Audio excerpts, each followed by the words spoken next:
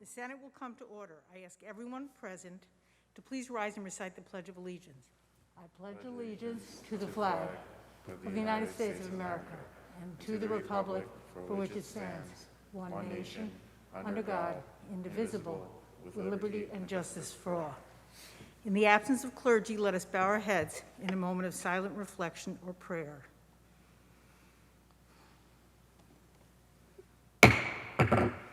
Reading of the Journal. In Senate, Tuesday, April 27, 2021, the Senate met pursuant to adjournment.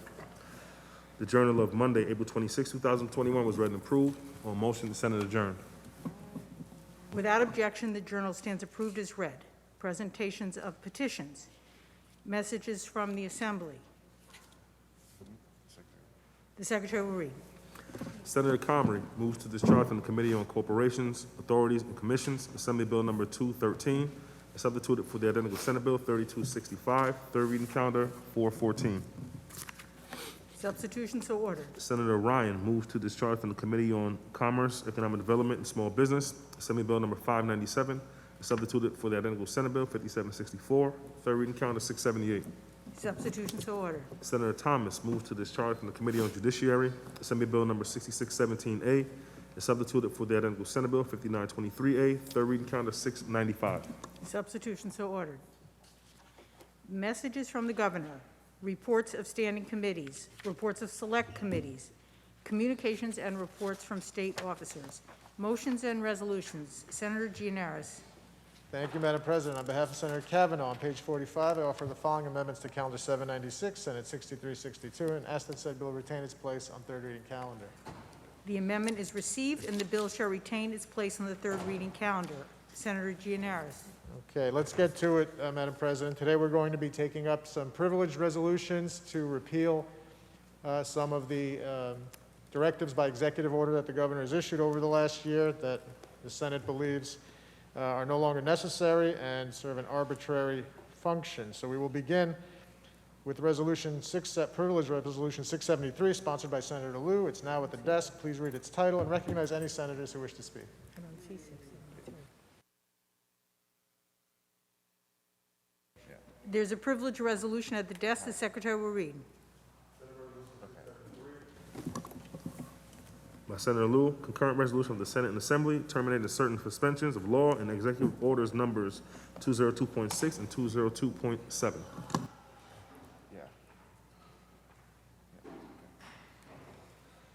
The question is on the resolution. The Secretary will call the roll. Addabbo, Gianaris, Kruger, Ort, Stewart, Cousins, White. Announce the results. Ayes 61. The resolution is adopted.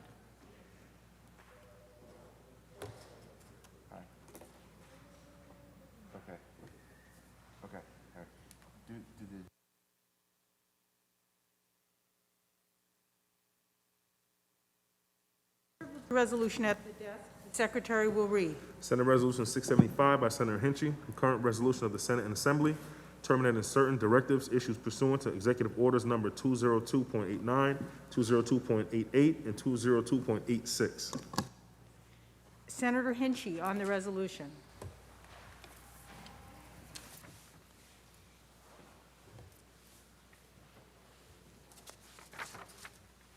Thank you, Madam President.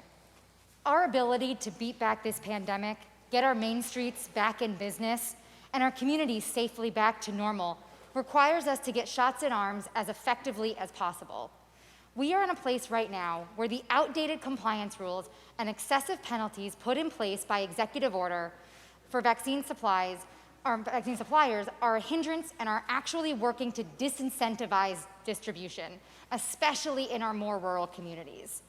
Our small neighborhood pharmacists and those working creatively to deliver vaccines through pop-ups and door-to-door distribution should not bear the burden of this outdated and now harmful directive. It's time to repeal it, and therefore I'm really happy to carry this resolution. Thank you very much. Thank you, Senator Hinchey. The question is on the resolution. The Secretary will call the roll. Addabbo, Gianaris, Kruger, Ort, Stewart, Cousins, White. Announce the results. Ayes 61. The resolution is adopted. Senator Gianaris.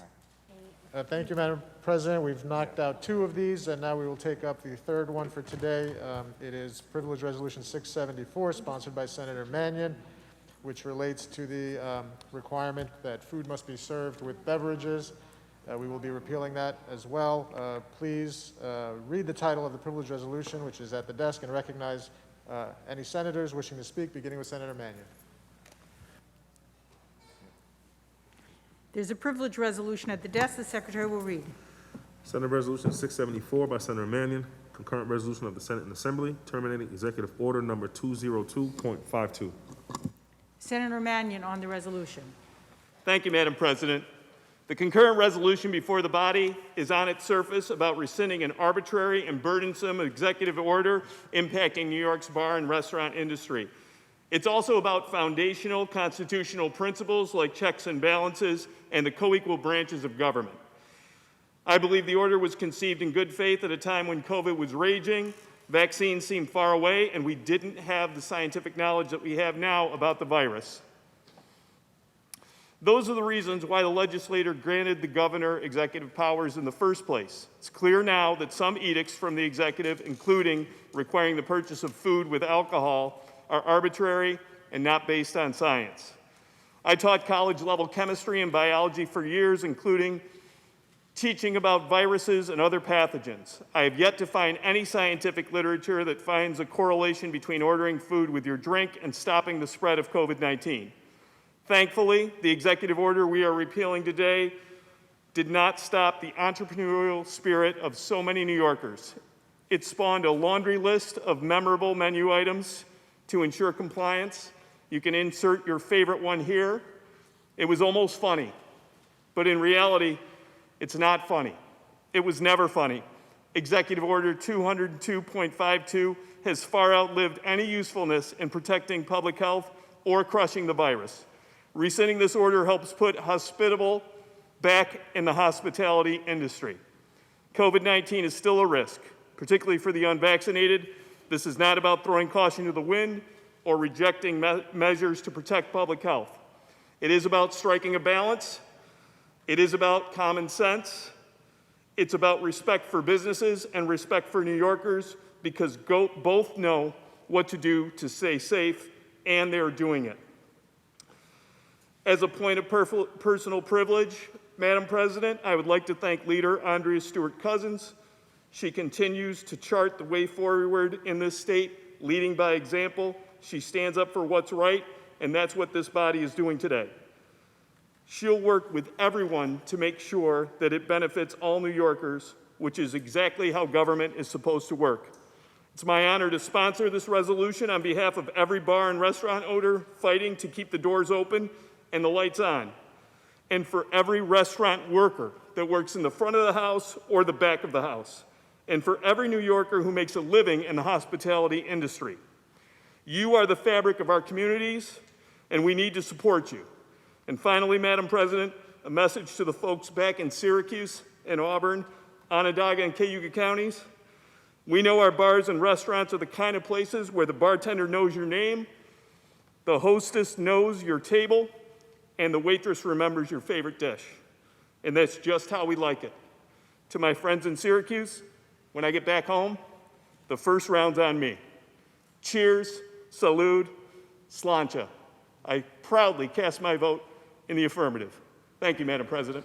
Thank you, Senator Mannion. Senator Oberacher on the resolution.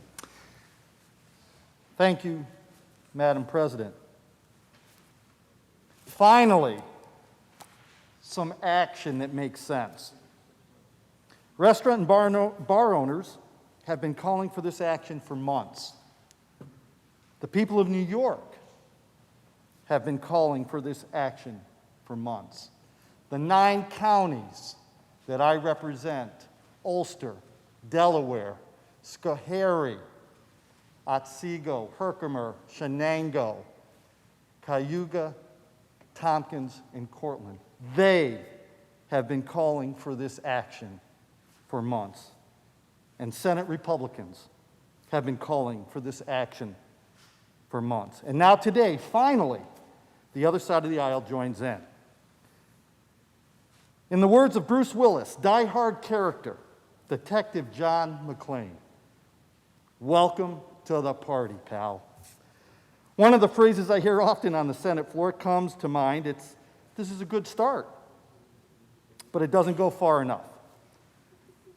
There are a number of unscientific, arbitrary executive orders that need to be terminated. And I truly hope today's action is the beginning, and we will now take the additional steps to reopen and rebuild our economy. People across the state have done their part. Our business owners have done more than their part, and I will continue to stand up and press for them for real change. This piecemeal approach is really unnecessary. Let's be decisive. It's time to end the governor's executive overreach, restore constitutional checks and balances, and do the job we were elected to do. I will be voting in the affirmative today. Thank you, Madam President. Thank you, Senator Oberacher. Senator Rath on the resolution. Thank you, Madam President. We have all heard many times in our lives that patience is a virtue. And over the past year, some of the most virtuous people have been our bar and restaurant owners who have waited patiently, have held out hope that New York State was going to step up to the plate and support them and understand their plight. Well, today's food with alcohol mandate repeal is welcome news. The bars and restaurants are thrilled across my district, and I would say thrilled across all of New York State. And while this is a welcome step, it has taken far too long to get here. It shouldn't take lawsuits and court hearings for our struggling restaurants to be heard. According to the state's own data that came out months ago, restaurants and bars accounted for a very small portion of transmission, and it was made clear that restaurants could fully reopen and operate safely. It's really unfortunate that back in March, when the majority said that we were, quote, rescinding the governor's powers, all that we did was extend the arbitrary mandates that were due to sunset this Friday. Since then, in March, we have seen our restaurants continue to struggle and continue to have to follow these arbitrary mandates. Once again, we saw, by the governor's own account, an agreement between the Senate and the governor to repeal this mandate. So it seems, despite what's being said to us, that the governor is still pulling the strings in Albany. I'm extremely happy for our local restaurants, but this process is still broken. Furthermore, we see arbitrary curfews that remain in place and ought to be repealed today as well, not next month. We need to stop waiting for the governor's permission to do our jobs and take back our Senate's powers and stop this centralized control that is killing small businesses, restaurants, and communities. And while I certainly applaud and support this resolution today, much more work needs to be done. Thank you, Madam President. Thank you, Senator Rath. Senator Borrello on the resolution. Thank you, Madam President. First of all, I'd like to start off by thanking Senator Mannion for this reso. I will admit I had a little bit of deja vu, though, when I read it, since we introduced this back in mid-March. But I'm happy to be here this day. Unfortunately, speaking as a restaurant owner, small business owner, I can tell you that as good as we got here today, it's still a sad day for so many businesses. Because the reality is, we had this power to do this since day one. Day one of when the governor was granted these unprecedented and unconstitutional executive powers. And while the pandemic was certainly not a crisis that we created, the economic crisis was absolutely man-made by one man, enabled by this body and by the Assembly. So here we are, 54 days after we were told the governor's powers were rescinded,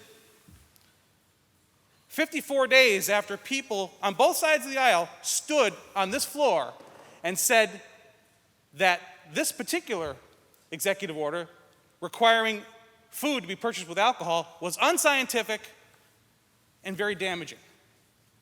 We waited 54 more days to do something about it. 20% of New York's restaurants have closed since this man-made crisis began. 54 days it took us to bring this resolution forward. restaurant workers that were displaced, that I personally went down and saw in places like Corona, Queens, that had to resort to street vending to feed their families. And we waited 54 more days to do something about it. So I'm happy to be here, but I'm sad that it took us this long to put aside the politics and to do what was right for the people of New York State. Thank you. Thank you, Senator Borrello. Senator Palumbo on the resolution. Thank you, Madam President. And you know, without belaboring the point, it does certainly bear some repeating, but it's certainly nice to see that we're acting as a co-equal branch today. We've come alive. Better late than never to the party, I guess. And now we're hearing, as of today, that the curfews are going to be removed by the governor in the next few weeks. And when we think about it, we would somewhat jokingly, and it's not a laughing matter, say that, well, 11 o'clock is when you need to be out and need to be home because COVID is just getting out of the shower at 10:30 and you can get sick at 11:15, so you need to be home. And then it was moved to midnight without any empirical data. On the federal level, we hear Dr. Fauci gets the question, well, why are Texas's numbers going down? They have no mask mandates. Vaccine numbers are going up. Why? Well, I have no idea. Absolutely have no idea. Well, what about now removing your mask after you're 2 weeks from your second shot and you're vaccinated? Let's change our lives, right? We want to encourage people to get the vaccine. This is why you need to do it, because regular life is coming back. Oh, no. You still need to wear 2 masks, even if you're vaccinated. So unfortunately, the information stream has been preposterous, borderline silliness, when we are controlling lives of people, controlling businesses on an arbitrary whim. And again, I'm glad to be here, that we're finally acting as a co-equal branch of government. But why aren't we doing more?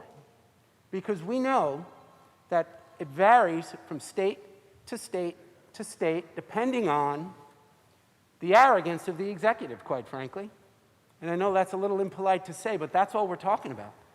He has absolutely no reason whatsoever to even change his tune and open up in a few weeks.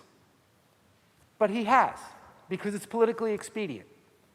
I think that the governor may be milking these provisions so that he can avoid or distract from his other collateral issues that have come to the forefront, that are his personal problems, by taking it out on our residents of New York State. So, again, I'm happy to be here, and this is the right thing to do. It's been the right thing to do, and as my colleague mentioned, 54 days ago we should have been doing this. I mean, when we have this particular resolution deals with ordering food when you order alcohol, that somehow prevents COVID. Think of how silly that is. We have an awful lot of them, and you're going to be hearing from my conference, I expect, a lot in the next few weeks regarding these other provisions of these other executive orders that have been just strangling our residents. We're smart enough to do it safely and in a fashion that will not further spread this horrible disease. We do not need to be babysat by one individual, that being the governor. Madam President, I vote aye. I'm glad to see that we're finally doing something. We're a little late to the dance, but let's keep going. Thank you very much. Thank you, Senator. Senator Gianaris on the resolution. Thank you, Madam President. Let me begin by saying to my colleagues across the aisle, you're welcome. I appreciate their yes votes on this resolution. And let me dispel the various zany conspiracy theories that they have been positing today. I assure you the governor was not at all pleased that we are passing this repeal today, or these repeals, multiple repeals today. And in fact, I dare say the additional announcements he made this morning are a direct result of our taking this action today, because we made it clear we're going to continue to review the existing directives and continue to assert ourselves as we see fit. I also heard 54 days bandied about as if it was too long to do this. Well, let me point out to my colleagues that this directive has been in place since last year. And their resolution to repeal it came a month ago, a month and a half ago, whatever it was. So 54 days is too long. What about the hundreds and hundreds of days you waited before you introduced a resolution to address this at all? So spare me. If you don't like what we're doing, go try and win some elections and change the direction of this body. We've done that over the last several years, and we are moving in a direction that the state wants us to move in. We are asserting ourselves as a legislature, as we promised we would do, and these repeals are just the beginning. Thank you, Madam President. I vote yes. The question is on the resolution. The secretary will call the roll. Addabbo, Gianaris, Kruger, Ort, Stewart, Cousins, White. Announce the results. Ayes 61. The resolution is adopted. Right?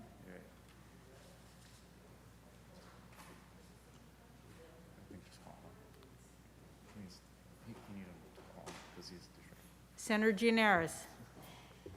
Can we now move to the reading of the calendar, please? The secretary will read. Calendar number 158, Senate Print 1091A by Senator Gorin, an act to amend the general municipal law.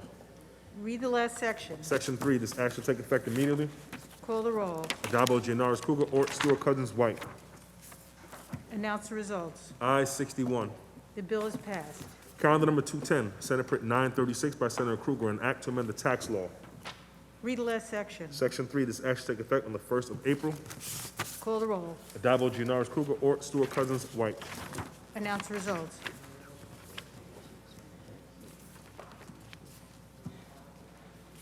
In relation to calendar 210, those senators voted in the negative are Senators Borrello, Gallivan, Griffo, Jordan, Martucci, Oberacker, Palumbo, Rath, and White. Ayes 52, nays 9. The bill is passed. Calendar number 242, Senate Print 2044 by Senator Akshar, an act to amend Chapter 455 of the laws of 2011. Read the last section. Section 2, this act shall take effect immediately. Call the roll. Addabbo, Gianaris, Kruger, Ort, Stewart, Cousins, White. Announce the results. In relation to calendar 242, voted in the negative, Senator Bridgeport. Ayes 60, nays 1. The bill is passed. Calendar number 306, Senate Print 403 by Senator Biaggi, an act to amend the penal law. Read the last section. Section 2, this act shall take effect on the 1st of November. Call the roll. Addabbo, Gianaris, Kruger, Ort, Stewart, Cousins, White. Announce the results. Ayes 61. The bill is passed. Calendar number 393, Senate Print 2211 by Senator Sepulveda, an act to amend the correction law. Read the last section. Section 2, this act shall take effect on the 90th day after it shall become a law. Call the roll. Addabbo, Gianaris, Kruger, Ort, Stewart, Cousins, White. Announce the results. Ayes 61. The bill is passed. Calendar number 414, Assembly number 213 by Assemblymember Paulin, an act to amend the not-for-profit corporation law. Read the last section. Section 3, this act shall take effect on the 90th day after it shall become a law. Call the roll. Addabbo, Gianaris, Kruger, Ort, Stewart, Cousins, White. Announce the results. Ayes 61. The bill is passed. Calendar number 441, Senate Print 5066 by Senator Harkam, an act to amend the mental hygiene law. Read the last section. Section 3, this act shall take effect immediately. Call the roll. Addabbo, Gianaris, Kruger, Ort, Stewart, Cousins, White. Announce the results. Ayes 61. The bill is passed. Calendar number 505, Senate Print 345 by Senator Kaplan, an act to amend the mental hygiene law. Read the last section. Section 2, this act shall take effect immediately. Call the roll. Addabbo, Gianaris, Kruger, Ort, Stewart, Cousins, White. Announce the results. Ayes 61. The bill is passed. Calendar number 575, Senate Print 4483 by Senator Breslin, an act to amend the insurance law. Read the last section. Section 2, this act shall take effect immediately. Call the roll. Addabbo, Gianaris, Kruger, Ort, Stewart, Cousins, White. Announce the results. Ayes 61. The bill is passed. Calendar number 619, Senate Print 720 by Senator Hoylman, an act to amend the Estates, Powers, and Trust Law. Read the last section. Section 2, this act shall take effect immediately. Call the roll. Addabbo, Gianaris, Kruger, Ort, Stewart, Cousins, White. Announce the results. Ayes 61. The bill is passed. Calendar number 678, Assembly number 597 by Assemblymember Werner, an act to amend the Alcoholic Beverage Control Law. Read the last section. Section 3, this act shall take effect on the 60th day after it shall become a law. Call the roll. Addabbo, Gianaris, Kruger, Ort, Stewart, Cousins, White. Announce the results. Ayes 61. The bill is passed. Calendar number 695, Assembly number 6617A by Assemblymember Weinstein, an act to amend the Civil Practice Law and Rules. The bill is laid aside. Calendar number 697, Senate Print 3264 by Senator Comrie, an act to amend the Not-for-Profit Corporation Law. Read the last section. Section 3, this act shall take effect immediately. Call the roll. Addabbo, Gianaris, Kruger, Ort, Stewart, Cousins, White. Announce the results. Ayes 61. The bill is passed. Calendar number 703, Senate Print 3541 by Senator Stavisky, an act to amend the education law. Read the last section. Section 6, this act shall take effect on the 180th day after it shall become a law. Call the roll. Addabbo, Giannaris, Kruger, Ort, Stewart, Cousins, White. Announce the results.